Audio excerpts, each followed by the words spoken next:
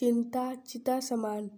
एक गांव में एक पहलवान रहता था। चिता समान। यह पहलवान एक गांव में एक पहलवान रहता था। कसरत करता, यह पहलवान दंड पूरे लगाता दिन खाता और पीता रात को कसरत करता, गांव के हनुमान मंदिर दंड में लगाता पड़ा और रहता रात था। को गांव के हनुमान इसके मंदिर में अलावा पड़ा रहता था। उसे और कोई काम इसके अलावा था नहीं। उसे और कोई काम गांव के था लोगों ही को नहीं। पहलवान बहुत पसंद था, एक गांव में क्योंकि एक इस पहलवान रहता की था। वजह से उस गांव में कोई भी चोरी चकारी या लूटपाट करने की हिम्मत नहीं करता था। ऊपर से पहलवान की वजह से उस गांव की ख्याति अड़ोस पड़ोस के कई और गांव में भी फैली थी। इसलिए यह पहलवान गांव में सबका चाहता बन बैठा था।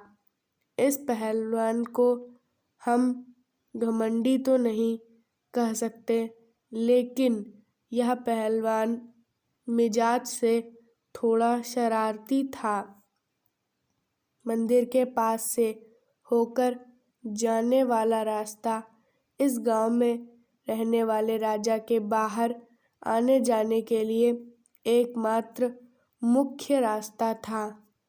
जब राजा अपने हाथी पर सवार होकर इस रास्ते से गुजरता था तो पहलवान अपनी शरारत करता था।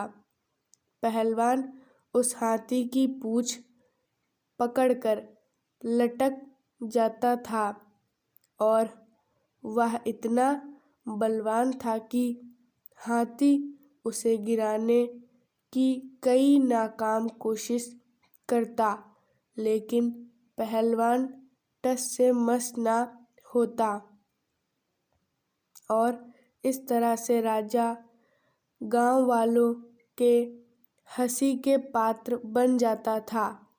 राजा पहलवान की इन हरकतों से बहुत परेशान हो गया था।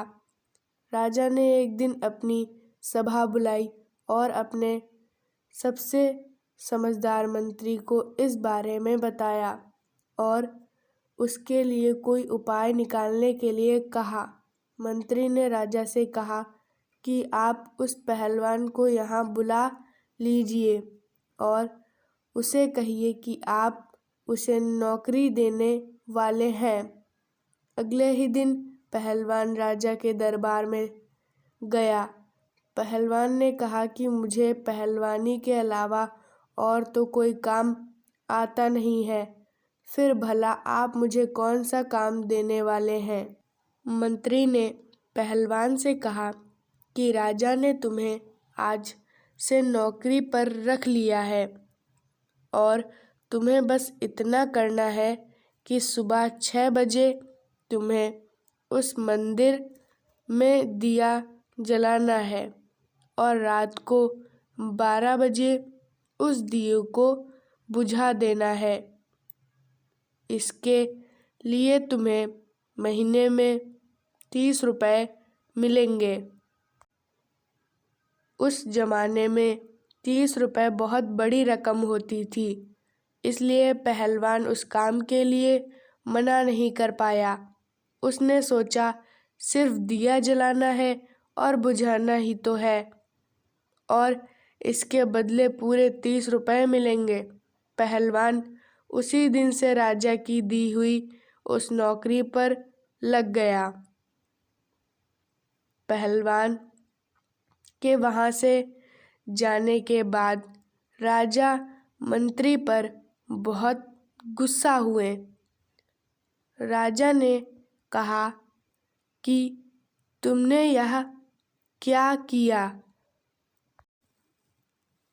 मैं सोचता था कि तुम पहलवान को कोई ऐसा काम दोगे जिससे वह व्यस्त रहेगा और मुझे आगे से परेशान नहीं होना पड़ेगा, लेकिन तुमने उसे इतना आसान काम दिया है कि वह 1 मिनट में दिया जलाएगा और 1 मिनट में बुझाएगा और बाकी का समय वह कुछ नहीं कर रहा होगा।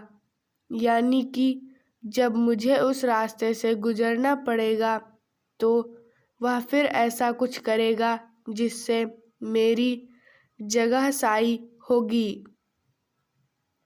मंत्री ने राजा को विश्वास दिलाते हुए कहा कि महाराज, आप मुझ पर भरोसा रखिए। एक और काम और आपको करना है। सिर्फ 30 दिनों तक आपको उस रास्ते से नहीं गुजरना है। राजा अपने मंत्री की समझदारी से अच्छी तरह वाकिफ था, इसलिए राजा ने 30 दिनों तक इंतजार करने का तय किया और जैसा मंत्री ने कहा वैसा 30 दिनों तक बिल्कुल उस रास्ते से नहीं गुजरे।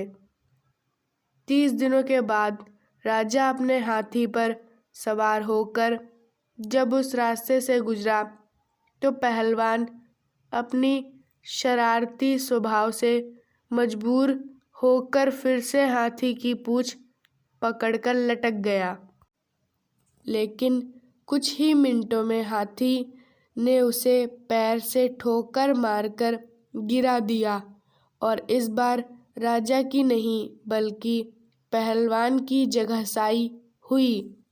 सभी लोग, पहलवान और खुद राजा भी यह देखकर हैरान थे कि ऐसा चमत्कार और कैसे हुआ। राजा अपना सफ़र खत्म करके जब अपने महल लौटा तो उसने अपने मंत्री को यह सारी बात बताई और पूछा कि मुझे बिल्कुल समझ में नहीं आया कि यह चमत्कार कैसे हुआ।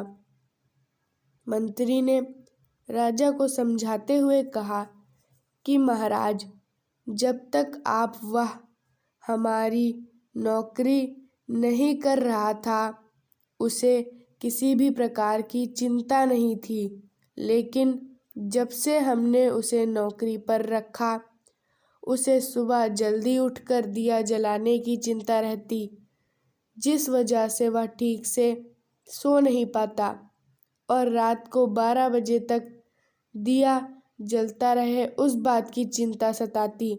इसलिए वह खाने पीने पर भी ठीक से ध्यान नहीं देता। बस यही कारण है कि वह नींद और भोजन ठीक से नहीं ले पाने की वजह से कमज़ोर पड़ गया। राजा को अपने मंत्री की समझदारी पर गर्व हुआ और राजा ने मंत्री को एक अच्छा सा इनाम देकर उसे धन्यवाद दिया। दोस्तों, छोटी सी यह मोरल कहानी हमें सिखाती है कि हमें जीवन सिर्फ आज में जीना है। बीते हुए कल और आने वाले कल की चिंता से हमें कोई फ़ायदा तो नहीं, बल्कि हमारे मन, मस्तिष्क और शरीर पर उसका दुष्प्रभाव होता है। धन्यवाद।